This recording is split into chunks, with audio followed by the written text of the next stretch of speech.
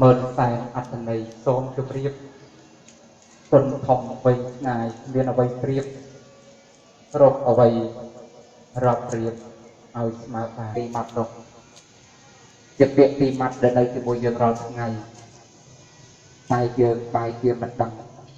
មិនយល់ពីអត្តន័យនៃពាក្យទីម៉ាត់នោះពាក្យនោះគឺពាក្យថាពុកនិងពាក្យថាម៉ែដកដង្ហើមចូលទៅពេញពាក្យថាពុក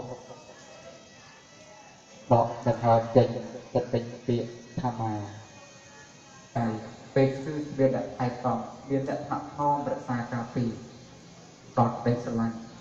ខ្លះត្រូវរស់នៅដូចជាសត្វបេខាងតាំងពីចាំស្នល់ពុកម៉ែជាទីស្រឡាញ់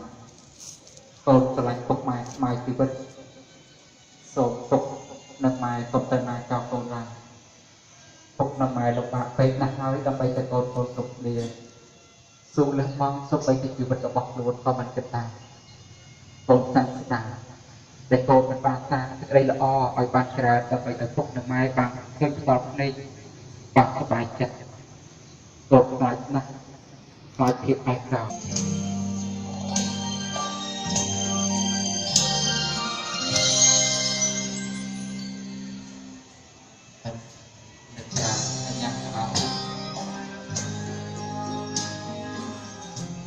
នឹកឃើញដល់បុគ្គលជាទីស្រឡាញ់របស់យើងទាំងអស់គ្នានឹកឃើញដល់ពុកហើយដល់ម៉ែ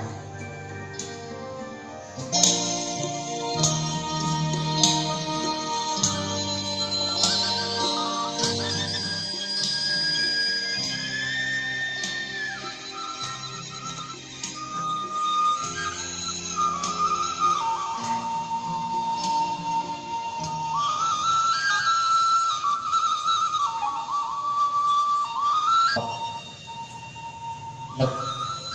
ស្រមៃដល់ភក្ត្រារបស់លោកឪពុកនិងអ្នកម្ដាយនឹកដល់រូបរាងកាយដល់ចាស់ទឹកគ្រោងរបស់លោកឪពុកអ្នកម្ដាយគឺពុកនិងម៉ែជាទីស្រឡាញ់របស់យើងនិងបង្កប់ទៅដោយអត្តន័យច្រើនយ៉ាង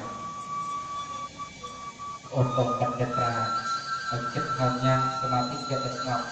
គិតស្វែងរកអត្ថន័យនៃពាក្យថាពុកនិងពាក្យថាម៉ែយកគិតពិចារណាឲ្យជ្រៅបានទទួលពីពុកនិងម៉ែ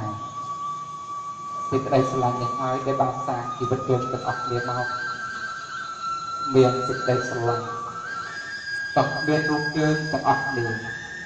ដូច្នេះត្រូវបង្កើតសេចក្តីស្រឡាញ់នេះសាជាថ្មីកើតពុកជាអ្នកឲ្យបន្លុកជ្រោកអាស្រ័យជាអ្នកឲ្យជាកក់ក្ដៅក្នុងហរតីតែឲ្យការរក្សាធំកាលណាម៉ែឲ្យសិក្សាមុនម៉ែខំប្រឹងធ្វើការទស្សនាធ្ងន់ដោយប្រត់តាក្នុងលោកកា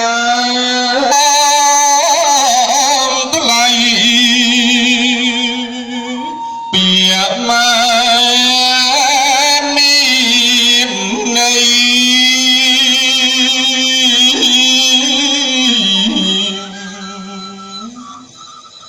ស្មើ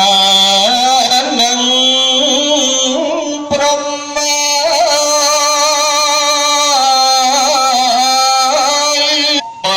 តុំនិស័យ